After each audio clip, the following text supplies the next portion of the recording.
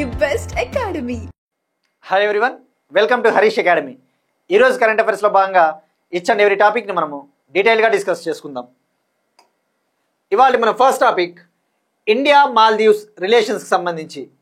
నిన్న మనము నేపాల్ నిర్వహిస్తూ ఉన్న సాగర్ మాతా సంవాద్ మౌంటైన్ డైలాగ్కి భారతదేశం 15 ఎలక్ట్రిక్ వాహనాలు ఇస్తూ ఉంది గిఫ్ట్గా అని చెప్పేసి తెలుసుకున్నాం. డీటెయిల్డ్గా ఇండియా నేపాల్ రిలేషన్స్ గురించి నిన్న మనం తెలుసుకున్నాం. ఇవాళ భారతదేశపు మరో నైబరింగ్ కంట్రీ అయిన మాల్దీవ్స్ గురించి మనం తెలుసుకోవాలి. ఇండియా మాల్దీవ్స్ రిలేషన్స్ గురించి. ఈ మాల్దీవ్స్ దేశము ఇండియన్ ఓషన్ ప్రాంతంలో ఉంటుంది. కరెక్ట్గా చెప్పాలి అంటే అరేబియన్ సముద్ర ప్రాంతంలో భారతదేశానికి నైబరింగ్ కంట్రీగా ఉంది. ఇప్పుడు భారతదేశము ఈ మాల్దీవ్స్ కంట్రీ ఎకనామిక్ స్టెబిలిటీ కోసము, ఆర్థిక వ్యవస్థను బలోపేతం చేయడం కోసము ఇండియన్ గవర్నమెంటు $50 మిలియన్ ఇండియన్ కరెన్సీలో చెప్పాలంటే సుమారుగా 424 కోట్లను ఎస్బీఐ ద్వారా, స్టేట్ బ్యాంక్ ఆఫ్ ఇండియా ద్వారా మన ఖజానా బిల్లుల నుండి, అనగా ట్రెజరీ బిల్లుల నుండి భారతదేశము మాల్దీవ్స్కి అందిస్తూ ఉంది. దీనికి సంబంధించి మాల్దీవ్స్ గవర్నమెంటు చాలా సంతోషాన్ని వ్యక్తం చేసింది. ఇక మాల్దీవ్స్ ఇండియా రిలేషన్స్ గురించి మాట్లాడుకోవాలి. ఫస్ట్, మాల్దీవ్స్ అనేది భారతదేశానికి చాలా కీలకం. ముఖ్యంగా మోడీ గారు మౌరిషియస్ పర్యటనకు వెళ్ళినప్పుడు మహాసాగర్ విజన్ డాక్యుమెంట్ గురించి ప్రస్తావించారు. అక్కడ అనౌన్స్ చేశారు మహాసాగర్. ఆ మహాసాగర్ విజన్ డాక్యుమెంట్ ఏ దానికి సంబంధించినది? ఇండియన్ ఓషన్, హిందూ మహాసముద్ర సెక్యూరిటీకి సంబంధించిన డాక్యుమెంట్. ఆ డాక్యుమెంట్కి మాల్దీవ్స్ మనకి చాలా కీలకం, ఎందుకంటే ఇది కూడా ఇండియన్ ఓషన్ ప్రాంతంలో ఉంది కాబట్టి. ఇక మహాసాగర్ గురించి మరొకసారి రీకాల్ చేసుకుందాం. Mutual and holistic advancement for security and growth across region అన్నమాట. ఇక ఇప్పుడు భారతదేశము అందిస్తూ ఉన్న ఈ సహాయము యాక్చువల్లీ 2019లోనే మొదలైంది. ఎస్బీఐ ద్వారా 2019 నుంచే అందిస్తూ ఉన్నాము ఈ ఆర్థిక సహకారాన్ని. ఇప్పుడు మరొక సంవత్సరం, ఇంకా 1 more year పొడిగించాము. ఇక మాల్దీవ్స్ విషయానికి వస్తే దీని క్యాపిటల్ మాలే, క్యాపిటల్ వచ్చేసి మాలే. ఇటీవల మనం డిస్కస్ చేసుకున్నాం. మాల్దీవ్స్ ప్రెసిడెంట్ మొహమ్మద్ ముయిజ్జు గారు ఒక వరల్డ్ రికార్డ్ సృష్టించాడు. సుమారుగా దాదాపు ఏకదాటిగా 15 గంటల పాటు జర్నలిస్టులతో ప్రెస్ మీట్ నిర్వహించి వరల్డ్ రికార్డు కూడా సృష్టించాడు మాల్దీవ్స్ ప్రెసిడెంట్ అన్న విషయం గుర్తుపెట్టుకోవాలి. ఇంతకుముందు ఆ రికార్డు ఉక్రెయిన్ ప్రెసిడెంట్ జెలెన్స్కీ పేరిట ఉండేది. ఇది ఇండియాకి మాల్దీవ్స్కి సంబంధించి. ఇంకొకటి, మాల్దీవ్స్కి సంబంధించి ఒక టాపిక్, ఒక పేరు ఉంటుంది, ఇండియా అవుట్ క్యాంపెయిన్ అని. ఇది భారతదేశానికి వ్యతిరేకంగా మాల్దీవ్స్లోని అపోజిషన్ పార్టీసు క్యాంపెయిన్ నిర్వహించాయి. గుర్తుపెట్టుకోండి. ఎలా అడుగుతారంటే వాడు ఎగ్జామ్లో ఇండియా అవుట్ క్యాంపెయిన్ పేరిట క్యాంపెయిన్ను ఏ దేశంలో నిర్వహించారు అంటే మాల్దీవ్స్. ఇండియా అవుట్ అంటే మీరు వెళ్ళిపోండి మా దేశం నుంచి అన్నట్టుగా. సో ఇది ఇండియా మాల్దీవ్స్కి సంబంధించి. Next one, 8th United Nations global road safety week. మనం అబ్జర్వ్ చేస్తే ప్రపంచవ్యాప్తంగా రోడ్ యాక్సిడెంట్స్, డెత్స్ ఎక్కువైపోతూ ఉన్నాయి. రోడ్డు ప్రమాదాల్లో మరణిస్తూ ఉన్న వారి సంఖ్య కావచ్చు, రోడ్డు ప్రమాదాల్లో గాయపడతా ఉన్న వారి సంఖ్య కావచ్చు. యునైటెడ్ నేషన్స్, ముఖ్యంగా వరల్డ్ హెల్త్ ఆర్గనైజేషన్ లెక్కల ప్రకారము ప్రపంచవ్యాప్తంగా సుమారుగా ప్రతి ఏటా 12 లక్షల మంది ఈ రోడ్డు ప్రమాదాల్లో మరణిస్తూ ఉన్నారట.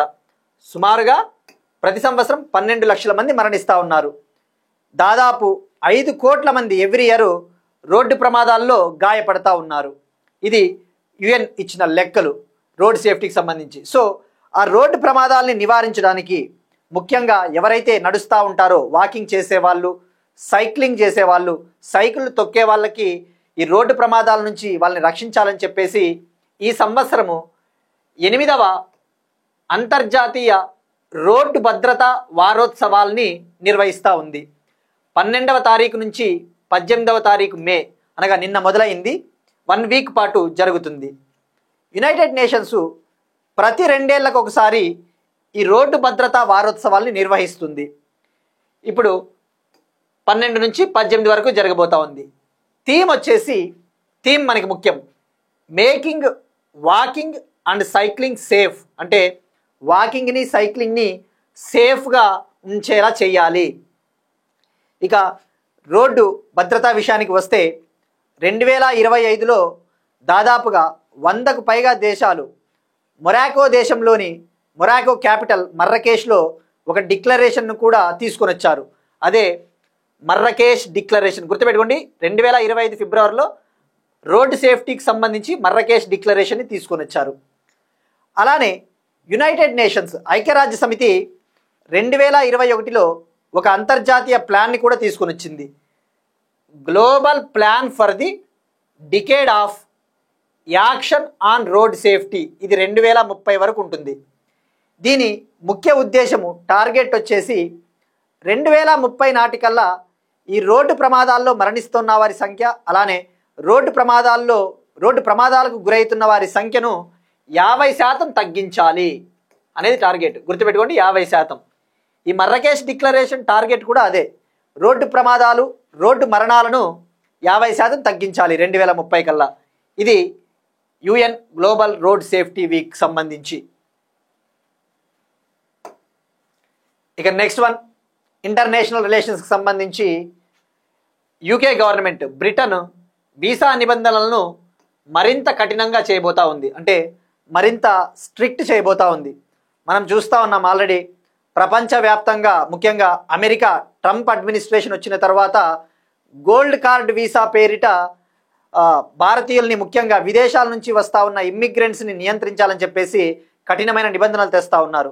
American president Trump gold card visa పేరిట ఒక్కొక్క కార్డుని 5 మిలియన్లకు అమ్ముతున్నారు. తద్వారా అమెరికాకి ఆదాయము వస్తుంది. తద్వారా ఎవరైతే అమెరికాలో శాశ్వతంగా సిటిజన్షిప్ పొందాలి అనుకుంటున్నారో ఇది ఒక మార్గం లాగా పనిచేస్తుందని చెప్పేసి అమెరికా తీసుకొని వచ్చింది. ఇప్పుడు అమెరికా బాటలోనే యూకే గవర్నమెంట్, బ్రిటన్ గవర్నమెంట్ కూడా నడుస్తూ ఉంది. దీనికి సంబంధించి యూకే ప్రైమ్ మినిస్టర్, లేబర్ పార్టీకి చెందిన ప్రైమ్ మినిస్టర్ కీర్ స్టార్మర్ గారు ఒక వైట్ పేపర్ని రిలీజ్ చేశారు. మేము ఐలాండ్ ఆఫ్ స్ట్రేంజర్గా మారుతా ఉన్నాము, మా దేశంలోకి ఇష్టం వచ్చినట్టు వలసదారులు వస్తూ ఉన్నారు. తద్వారా మేము ఏమవుతున్నామంటే ఒక వర్డ్ వాడాడు ఆయన, ఐలాండ్ ఆఫ్ స్ట్రేంజర్స్. అంటే ఏంటి? స్ట్రేంజర్స్ అంటే ఎవరో అనామకులు అన్నట్టుగా ఇలా మారిపోతా ఉన్నాం మేము, కనుక మేము కఠినంగా నిబంధనలు తేవాలని చెప్పేసి ఆ వైట్ పేపర్ రిలీజ్ చేశారు. ఆ వైట్ పేపర్ని అది కనుక చట్టంగా దాల్చితే, రూపుదాల్చితే మరింత కఠినమవుతాయి నిబంధనలు. ఇందులో ఏం నిబంధనలు తీసుకొని వచ్చారంటే, ఇక నుంచి యూకే పౌరసత్వం ఎవరైనా పొందాలి అనుకుంటున్నారో వాళ్ళు 10 ఏళ్ల పాటు వేచి ఉండాలి. ఇప్పుడు 5 ఏళ్ళు, యాక్చువల్లీ ఆ లిమిట్ని 10 ఏళ్ల పాటు తీసుకొని రాబోతా ఉన్నారు. అలానే వీళ్ళు ఏం చేయబోతా ఉన్నారు అంటే, ఎవరైతే మైగ్రెంట్స్ వస్తూ ఉంటారో, ముఖ్యంగా వర్క్ వీసాల పేరిట, లేదంటే స్టూడెంట్ వీసాల పేరిట, ఫ్యామిలీ వీసాల పేరిట ఎవరైతే వస్తూ ఉన్నారో వాళ్ళకి ఇంగ్లీష్ స్టాండర్డ్స్ ఉండాలి, మినిమం ఇంగ్లీష్ రావాలని చెప్పేసి ఆ స్టాండర్డ్స్ని పెంచుతూ ఉన్నారు. అలానే సోషల్ కేర్ వీసాలని కూడా మేము తొలగిస్తాము, ముఖ్యంగా హెల్త్ రంగంలోనూ అలా పని చేయడానికి వస్తూ ఉంటారు కదా వలసదారులు, వాటిని కూడా మేము ఆ రూట్ని క్లోజ్ చేస్తామని చెప్పేసి UK prime minister Keir Starmer గారు ప్రకటించారు. ఇక వర్క్ వీసాల విషయానికి వస్తే యూకే గవర్నమెంట్ ఆల్రెడీ 2023 సంవత్సరంతో పోల్చుకుంటే 2024 సంవత్సరంలో వర్క్ వీసాలని చాలా తగ్గించింది. ఇక ఈ వర్క్ వీసాలు ఎక్కువగా పొందుతా ఉన్న వాళ్ళు ఇండియన్సే, అత్యధికంగా భారతీయులే. ఆ పాయింట్ గుర్తుపెట్టుకుంటే సరిపోద్ది. ఇక్కడ మనము స్టాటిక్ పాయింట్ ఆఫ్ వ్యూలో గుర్తుపెట్టుకోవాల్సింది UK prime minister Keir Starmer, ఆయన ఏ పార్టీకి చెందినవాడు. ఇక్కడ మీకు ఒక సింపుల్ క్వశ్చన్ ఇటీవల మనం డిస్కస్ చేశాం. ఆస్ట్రేలియా ప్రైమ్ మినిస్టర్గా ఎవరు ఎన్నికయ్యారు, ఆయన ఏ పార్టీకి చెందినవాడు, అదొక క్వశ్చన్. అలానే ఇటీవల సింగపూర్ ప్రైమ్ మినిస్టర్గా ఎవరు సెలెక్ట్ అయ్యారు, అతను ఏ పార్టీకి చెందినవాడు. ఇవి 2 ట్రై చేయండి, ఎందుకంటే మ్యాచ్ ద ఫాలోయింగ్లో ప్రైమ్ మినిస్టర్స్ కంట్రీ ఇస్తాడు కాబట్టి.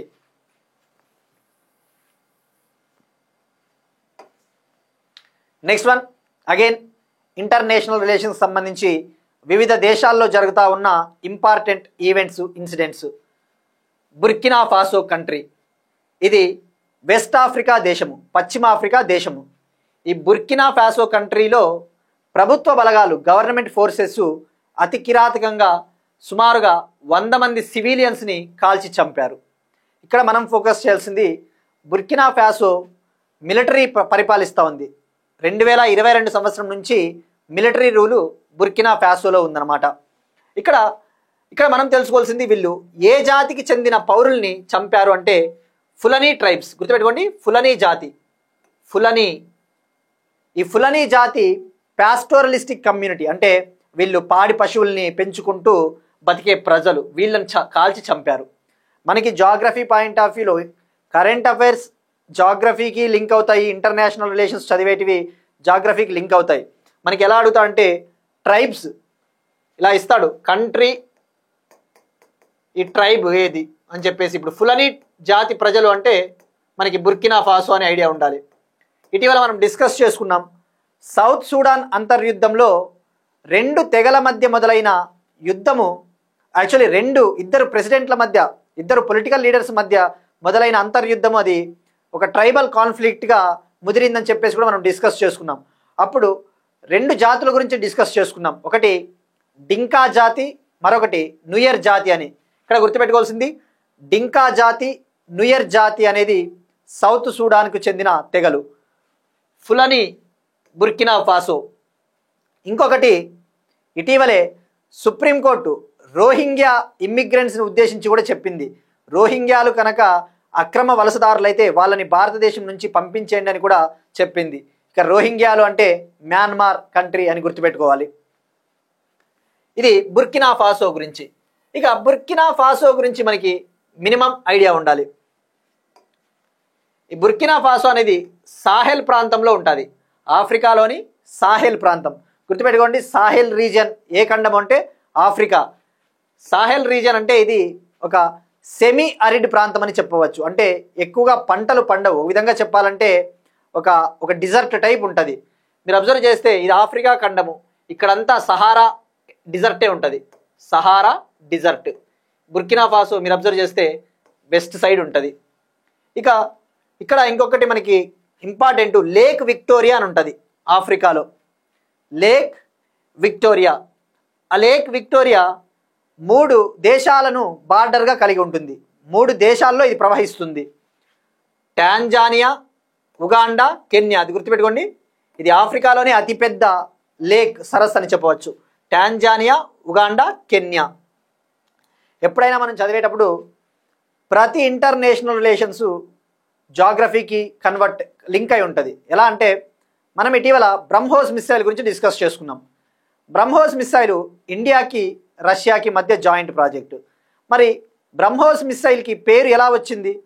భారతదేశంలో ప్రవహించే బ్రహ్మపుత్ర నది, రష్యాలో ప్రవహించే మోస్కోవా నది పేరును కలిపి బ్రహ్మోస్ అని పేరు పెట్టారు. సో అట్లా మనము డెఫినెట్లీ అలర్ట్గా ఉండాలి. నెక్స్ట్ వన్, అగైన్ ఆఫ్రికాలో డెమోక్రటిక్ రిపబ్లిక్ ఆఫ్ కాంగోలో ఫ్లాష్ ఫ్లడ్స్ అంటే ఏంటి? వరదలు. ఈ విధంగా చెప్పాలంటే అర్బన్ ప్రాంతాల్లో ఎప్పుడైతే సస్టైనబుల్ డెవలప్మెంట్ లేకపోతే ఈ ఫ్లాష్ ఫ్లడ్స్ వస్తాయి. మనం చూసాం గతంలో హైదరాబాద్, చెన్నై, బెంగళూరు అటువంటి నగరాల్లో. ఇప్పుడు డెమోక్రటిక్ రిపబ్లిక్ ఆఫ్ కాంగోలో వచ్చినాయి ఈ ఫ్లాష్ ఫ్లడ్స్. సుమారుగా 100 మంది మరణించారట. ఇక్కడ ఏం ఫోకస్ చేయాలి అంటే ఈ flash floods Democratic Republic of కాంగోలోని తూర్పు ప్రాంతంలో వచ్చాయి. ముఖ్యంగా లేక్ టాంగ్యానికా అనే సరస్సు సమీపాన, ఈ వరదలు సంభవించాయి.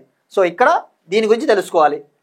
ఇక democratic Republic of Congo capital వచ్చేసి కిన్షాసా. మీరు అబ్జర్వ్ చేస్తే ఇది సెంట్రల్ ఆఫ్రికాలో ఉంటుంది కంట్రీ. ఈ లేక్ టాంగ్యానికాకి ఒక ప్రత్యేకత ఉంది. ఈ సరస్సుకి, ఇది ప్రపంచంలోనే అతి పొడవైన సరస్సు, వరల్డ్స్ లాంగెస్ట్ లేక్. గుర్తుపెట్టుకోండి, లాంగెస్ట్, అతి పొడవైనది. అంటే సుమారుగా 670 కిలోమీటర్లు, 400 మైళ్ళు సుమారుగా దీని పొడవు. ఈ లేక్ టాంగ్యానికా 4 దేశాల్లో ప్రవహిస్తుంది. 4 బార్డరింగ్ కంట్రీస్ ఉంటాయి దీనికి.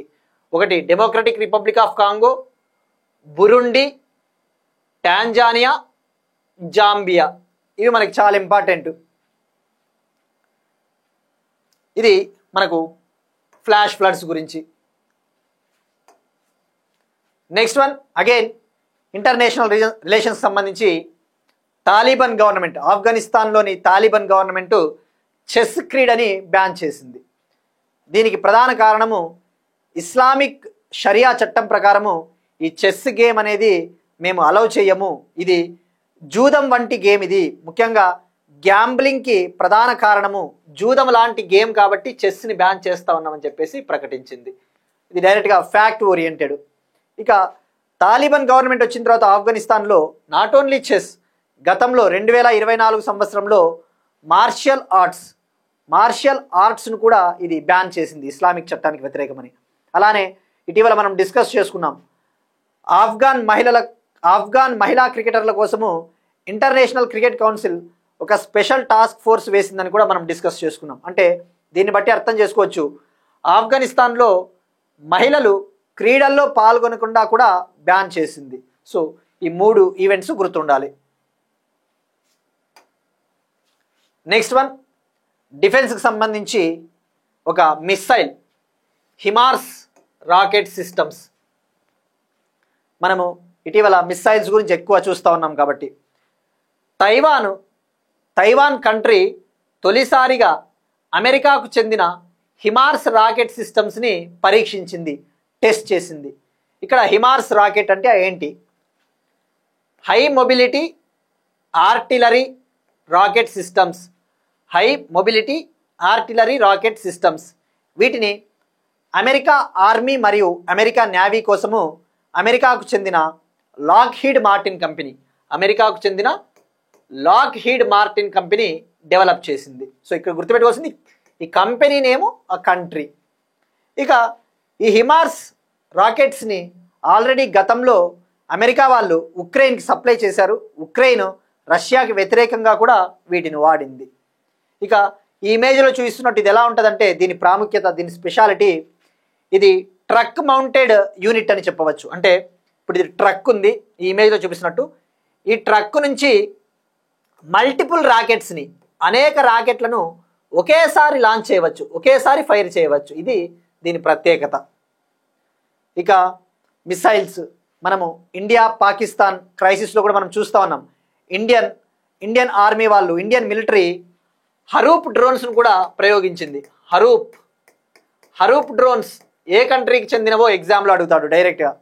హరూప్ డ్రోన్స్ మనము ఇజ్రాయెల్ నుంచి మనం తెచ్చుకున్నాం, ఇజ్రాయెల్. ఇక స్కాల్ప్ అనే క్రూయిజ్ మిసైల్స్ని కూడా మనం ప్రయోగించాం పాకిస్తాన్ పైకి అని తెలుసుకున్నాం. ఈ స్కాల్ప్ క్రూయిజ్ మిసైల్స్ యూరోపియన్ సిస్టమ్కి సంబంధించిన మిసైల్స్. సో ఆ పేర్లు, కంట్రీ పేర్లు ఐడియా ఉండాలి.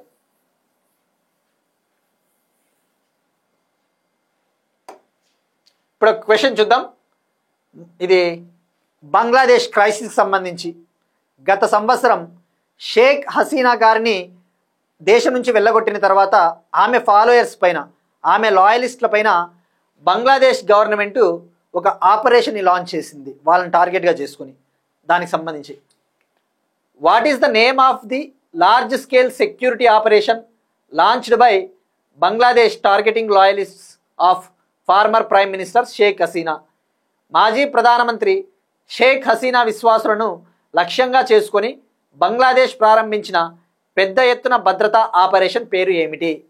ఇది చాలా important. Operation blue thunder, operation clean sweep, operation devil hunt, operation iron fist. దీనికి ట్రై చేయండి ఆన్సర్. ఎందుకంటే షేక్ హసీనా గారు ఈ మధ్యన వార్తల్లో ఎక్కువగా ఉన్నారు. ముఖ్యంగా ఆమెకు సంబంధించిన అవామీ లీగ్ పార్టీని బ్యాన్ చేసింది బంగ్లాదేశ్ గవర్నమెంట్. ఈమె పైన రెడ్ కార్నర్ నోటీస్ జారీ చేయాలని చెప్పేసి కూడా ఇంటర్పోల్ని బంగ్లాదేశ్ గవర్నమెంట్ అడిగింది. సో ఈ ఆపరేషన్ చాలా ఇంపార్టెంట్. ఇక మనం మోడల్ క్వశ్చన్స్ చూద్దాం. గతంలో అడిగిన మోడల్ క్వశ్చన్స్ 2023లో ఆంధ్రప్రదేశ్ ఎండోమెంట్ ఎగ్జామ్లో, టెంపుల్స్కి సంబంధించిన ఎగ్జామ్లో అడిగాడు. ఎండోమెంట్ ఎగ్జాము ఇది డైరెక్ట్ క్వశ్చన్ అన్నమాట. స్పోర్ట్స్ పర్సన్, అతను ఏ స్పోర్ట్కి చెందినవాడు, క్రీడాకారుడు, అతడు ఏ క్రీడకు చెందినవాడు. ట్రై చేయండి. ఎందుకంటే మనము వీళ్ళని ఈ మధ్యన వార్తల్లో చూసాం, వీళ్ళు ఏ గేమ్స్కి సంబంధించిన వాళ్ళని. నీరజ్ చోప్రా, అతను వచ్చేసి స్టీప్ లిచేజ్ అనే గేమ్కి సంబంధించిన వాడు. అవినాష్ శాబల్ బ్యాడ్మింటన్ క్రీడకు చెందినవాడు. హెచ్ఎస్ ప్రణయ్ బాక్సింగ్కు చెందినవాడు. నిఖత్ జరీన్ జావెలిన్ క్రీడకు చెందినవారు. ఇది ట్రై చేయండి. ఆప్షన్స్ ఇక మీరు ట్రై చేయండి. ఇంకొకటి 2023లోనే ఏపీ ఎండోమెంట్ ఎగ్జామ్లో ఇంకొక క్వశ్చన్ అడిగాడు. ఆ క్వశ్చన్ వచ్చేసి 2022 ఫోర్బ్స్ ప్రపంచంలోని 100 అత్యంత శక్తివంతమైన మహిళలు 19వ వార్షిక జాబితాలో మొదటి స్థానంలో నిలిచిన వాళ్ళెవరు? Option A Kathy Warden, option 2 Shari Redstone, option 3 Thasunda Brown Duckett, fourth వచ్చేసి ఉర్సులా వాండర్ లయన్. ఈమె ఆన్సర్. ఈమె యూరోపియన్ కమిషన్ ప్రెసిడెంట్ కదా, ఉర్సులా వాండర్ లయన్. సో ఇక్కడ మనం ఏమడుగుతున్నామంటే ఇప్పుడు 2025 ఫోర్బ్స్ 100 అత్యంత శక్తివంతమైన మహిళల వార్షిక జాబితాలో ఈ సంవత్సరం ఎవరు నిలిచారు? దీనికి ట్రై చేయండి ఆన్సరు. ఇక నిన్నటి క్వశ్చన్స్ విషయానికి వస్తే మనము ప్రాజెక్ట్ టైగర్ని ఎప్పుడు లాంచ్ చేశామంటే ఇయర్ వచ్చేసి దానికి 1973. ఇక ప్రాజెక్ట్ టైగర్ని తొలిసారిగా ఉత్తరాఖండ్లోని జిమ్ కార్బెట్ నేషనల్ పార్క్లో లాంచ్ చేశారు. ఇక భారతదేశంలో టైగర్స్ విషయానికి వస్తే ఇప్పటికీ 58 టైగర్ రిజర్వులు ఉన్నాయి. 58వ టైగర్ రిజర్వ్గా ఇటీవల మధ్యప్రదేశ్లోని మాధవ్ నేషనల్ పార్క్ నిలిచింది. మధ్యప్రదేశ్ని టైగర్ స్టేట్ ఆఫ్ ఇండియా కూడా పిలుస్తారని చెప్పేసి మనం తెలుసుకున్నాం. ఇక ప్రాజెక్ట్ ఎలిఫెంట్ అంటే 1992 ఇయర్. ఇక తెలంగాణ టూరిజం పాలసీ గురించి కూడా అడిగాం. తెలంగాణ వచ్చిన తర్వాత తొలిసారిగా టూరిజం పాలసీని 2025లో లాంచ్ చేశారు. ఇది 5 years ఉంటుంది. దీని కింద లక్ష్యాలు వచ్చేసి రాబోయే 5 ఏళ్లలో టూరిజం సెక్టార్లోకి 15,000 కోట్ల ఇన్వెస్ట్మెంట్లను తీసుకురావాలి. అలానే కనీసం 3 లక్షల మందికి ఎంప్లాయ్మెంట్ కల్పించాలి. మూడవ టార్గెట్ వచ్చేసి తెలంగాణ స్టేట్ జీడిపిలో ఈ టూరిజం శాతాన్ని కనీసం 10% తీసుకురావాలి అని చెప్పేసి పాలసీ టార్గెట్స్గా పెట్టుకుంది. పాలసీ గురించి కొంతమంది ఈవెన్ ప్రొవిజన్స్ కూడా చెప్పారు. దట్స్ గ్రేట్ అండి. నెక్స్ట్ వన్ అవార్డ్స్కి సంబంధించి తెలంగాణ సింగరేణి సిఎండికి Indian Institute of Industrial engineering performance excellence award లభించింది. 25th national level chief executive officers conference మేఘాలయలోని షిల్లాంగ్లో జరిగింది. అక్కడ ఈయన చేసిన కృషికి, ఈయన పర్ఫార్మెన్స్కి ఈ అవార్డు లభించింది. Indian Institute of Industrial engineering, ఇది 25th కాన్ఫరెన్స్ అని గుర్తుపెట్టుకుంటే సరిపోతుంది. ఈయన పేరు వచ్చేసి బలరాం గారు, సింగరేణి సిఎండి బలరాం గారు. నెక్స్ట్ వన్ స్పేస్ టెక్నాలజీకి సంబంధించి ఇస్రో చైర్మన్ వి నారాయణన్ గారు ఇంపాల్లోని సెంట్రల్ అగ్రికల్చరల్ యూనివర్సిటీ మీటింగ్లో మాట్లాడుతూ మన ఇండియన్ సెక్యూరిటీ కోసము, భారతదేశ పౌరుల భద్రత కోసము 10 శాటిలైట్లు 24/7 టైం, రాత్రి పగలు తేడా లేకుండా భారతీయ భద్రత కోసం 10 శాటిలైట్లు పనిచేస్తూ ఉన్నాయని చెప్పేసి చెప్పారు. ఇంకా ఈయన మాట్లాడుతూ ఏమని చెప్పారు అంటే మనము ఇప్పటి వరకు సుమారుగా 34 దేశాలకు చెందిన 433 శాటిలైట్లను లాంచ్ చేశామని చెప్పారు. 34 దేశాలకు చెందిన 433 కమర్షియల్ శాటిలైట్స్ మన పిఎస్ఎల్వి, జిఎస్ఎల్వి అటువంటి రాకెట్ల ద్వారా లాంచ్ చేశామని చెప్పారు. ఇక్కడ మనం ఎగ్జామ్ పాయింట్ ఆఫ్ వ్యూలో ఎలా అడుగుతాడంటే వాడు, మనకి ఇది ఒక్క పాయింట్ సరిపోదు. ఈ 433 శాటిలైట్లలో అత్యధికంగా అమెరికాకు చెందిన శాటిలైట్లు, అత్యధికంగా సుమారుగా 200కు పైగా శాటిలైట్లు అవుట్ ఆఫ్ 433 అమెరికాకు చెందినవే ఉన్నాయి. సో అట్లా గుర్తుపెట్టుకోవాలి. ఇంకా ఈయన మాట్లాడుతూ 2040 కల్లా మన ఓన్ స్పేస్ స్టేషన్ని నిర్మిస్తామని కూడా చెప్పారు. యాక్చువల్లీ టార్గెట్ 2035 భారతీయ అంతరిక్ష స్టేషన్, 2040 కల్లా అయితే అది రెడీ అయిపోతుందని చెప్పారు. ఇంకా ఇక్కడ మనం ఇంకొక పాయింట్ ఉంది. ఇటీవల న్యూఢిల్లీలో 12వ గ్లోబల్ స్పేస్ ఎక్స్ప్లోరేషన్ కాన్ఫరెన్స్ జరిగింది. గ్లోబల్ స్పేస్ ఎక్స్ప్లోరేషన్ కాన్ఫరెన్స్ 12వ ఎడిషను న్యూఢిల్లీలో జరిగింది. అక్కడికి వచ్చిన INSPACe Indian National Space Promotion Authorisation centre chairman Pawan Goenka గారు మాట్లాడుతూ ఇండియన్ మిలిటరీ కోసము, భారతదేశ ఆర్మ్డ్ ఫోర్సెస్ కోసము రాబోయే 5 ఏళ్లలో 52 మిలిటరీ శాటిలైట్లను కూడా లాంచ్ చేస్తాము, 52 మిలిటరీ సర్వైలెన్స్ శాటిలైట్లను కూడా లాంచ్ చేస్తామని చెప్పేసి చెప్పారు. సో ఈ నెంబర్ మనకి important, 52. Next one, 4th ministerial conference of the regional integrated multi hazard early warning system rhymes conference. Rhymes, ఈ రైమ్స్ అంటే డిజాస్టర్ మేనేజ్మెంట్కి సంబంధించినది, అంటే విపత్తులకు సంబంధించి ఎలా ఎదుర్కోవాలి అనేది రైమ్స్. ఇది ఎప్పుడు ఏర్పాటైందంటే 2009లో ఏర్పాటైంది. 2004లో ఇండియన్ ఓషన్ సునామీ వచ్చిన తర్వాత ఆసియా పసిఫిక్ దేశాలు మరియు ఆఫ్రికా దేశాలు అలర్ట్ అయ్యి డిజాస్టర్ మేనేజ్మెంట్ కోసం దీన్ని ఏర్పాటు చేశాయి. ఇప్పుడు 4వ మినిస్టీరియల్ కాన్ఫరెన్స్, 4వ మంత్రుల కాన్ఫరెన్సు శ్రీలంకలోని కొలంబోలో జరిగింది. ఇక్కడ ఒక డిక్లరేషన్ తీసుకొని వచ్చారు. ఈ విపత్తుల్ని ఎదుర్కోవడానికి డిజాస్టర్ మేనేజ్మెంట్ డిక్లరేషన్ కూడా తీసుకొని వచ్చారు. ఇక ఇందులో మెంబర్స్ వచ్చేసి 22 దేశాలు ఉంటాయి, గుర్తుపెట్టుకోండి. ఇందులో ఇండియా కూడా మెంబర్. 22 దేశాలు, అలానే 26 కొలాబరేటింగ్ స్టేట్స్ ఉంటాయి. అంటే కొలాబరేటింగ్ స్టేట్స్ అంటే లైక్ అసోసియేషన్ కంట్రీస్ టైపు 26 ఉన్నాయి. దీనికి సంబంధించిన ప్రాంతీయ ఎర్లీ వార్నింగ్ సెంటర్ వచ్చేసి థాయిలాండ్లోని ఆసియన్ ఇన్స్టిట్యూట్ ఆఫ్ టెక్నాలజీ వద్ద ఉంది. సో మనము ఇక్కడ గుర్తుపెట్టుకోవాల్సింది ఈ శ్రీలంకలో జరిగింది. ఇక శ్రీలంక విషయానికి వస్తే సార్క్లో మెంబర్ కదా, South Asian Association for Regional Cooperation, సార్క్లో శ్రీలంక మెంబరు. మాల్దీవ్స్ కూడా, మనం ఇందాక మాల్దీవ్స్ గురించి డిస్కస్ చేసుకున్నాం, మాల్దీవ్స్ కూడా సార్క్లో మెంబర్.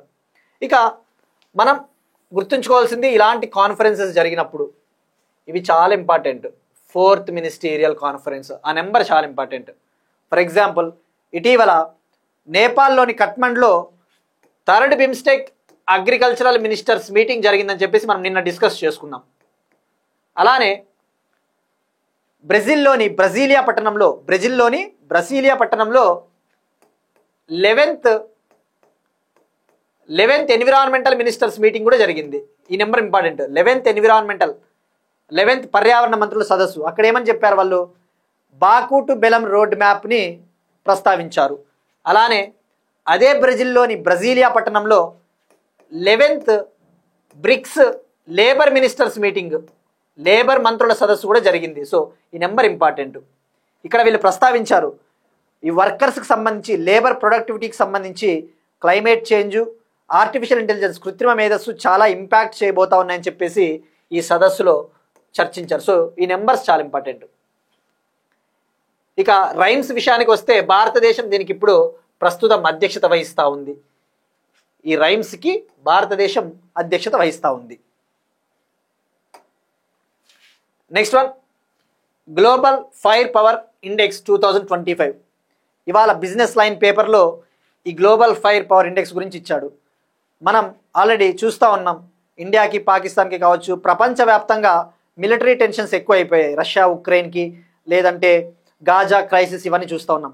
ఈ తరుణంలో వివిధ దేశాలకు సంబంధించిన మిలిటరీ స్ట్రెంగ్త్ ఎలా ఉంది, వాళ్ళ ఆర్మీ బలం ఎంత ఉందో గ్లోబల్ ఫైర్ పవర్ ఇండెక్స్.com అనే ఒక సంస్థ ఇండెక్స్ని రిలీజ్ చేస్తుందన్నమాట. దీని ప్రకారము ఇండియా ప్రపంచంలో 4వ స్థానంలో ఉంది మిలిటరీ స్ట్రెంగ్త్ విషయంలో. మన ఆర్మీ బలం విషయంలో మనం 4th ప్లేస్లో ఉన్నాం. ఫస్ట్ వచ్చేసి USA, second Russia, third China, 4th India. ఇది 145 దేశాలకి ర్యాంకింగ్ ఇచ్చింది, 145 కంట్రీస్. లాస్ట్ ప్లేస్ వచ్చేసి భూటాన్. అంటే ఏంది, భూటాన్కి చాలా తక్కువ మిలిటరీ బలం ఉందనేసి అర్థం చేసుకోవచ్చు. దీనిని 60కి పైగా ఇండికేటర్లను ఆధారంగా చేసుకొని తయారు చేస్తారు. 60కి పైగా ఇండికేటర్లు. ఆ ఇండికేటర్లు ఏవి అంటే, ఫర్ ఎగ్జాంపుల్ వీళ్ళ దగ్గర ఎంత డిఫెన్స్ ఎక్విప్మెంట్ ఉంది, వీళ్ళ దగ్గర ఎంత ఆర్మీ బలం ఉంది, వీళ్ళు ఎంత డిఫెన్స్కి బడ్జెట్ కేటాయిస్తూ ఉన్నారు, ఆ టైపు పారామీటర్స్ని బేస్ చేసుకొని ఈ ర్యాంకింగ్ ఇస్తారు. వీళ్ళు దీనికి పవర్ ఇండెక్స్ అనే స్కోర్ని ఇస్తారనమాట. పవర్ ఇండెక్స్ అనే స్కోర్ ఆధారంగా, పవర్ ఇండెక్స్, ఇది గ్లోబల్ ఫైర్ పవర్ ఇండెక్స్ సంబంధించి.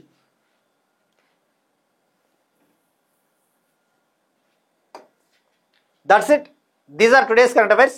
మనం ఒకసారి క్విక్గా రీక్యాప్ చూద్దాం.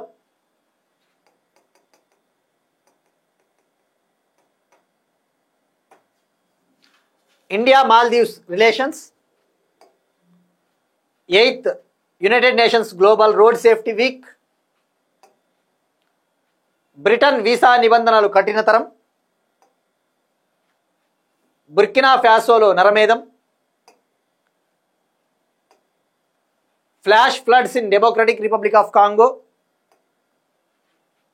చెస్ క్రీడను బ్యాన్ చేసిన Afghanistan Taliban government. HIMARS rocket సిస్టమ్స్ని పరీక్షించిన Taiwan.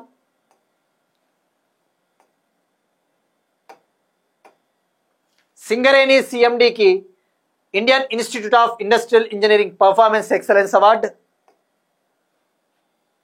10 satellites working 24/7 for national security. 4th ministerial conference of RIMES. Global fire power index 2025. And that's it. These are today's current affairs. ఈ వీడియోకి సంబంధించిన పీడిఎఫ్ మొత్తం మీకు మన వాట్సాప్ ఛానల్లో ఇవాళ చెప్పిన క్లాస్ పీడిఎఫ్ మనకి టుమారో ఛానల్లో అవైలబిలిటీ ఉంటుంది. Definitely you can access it. And that's it. Will meet you again tomorrow. And thank you everyone.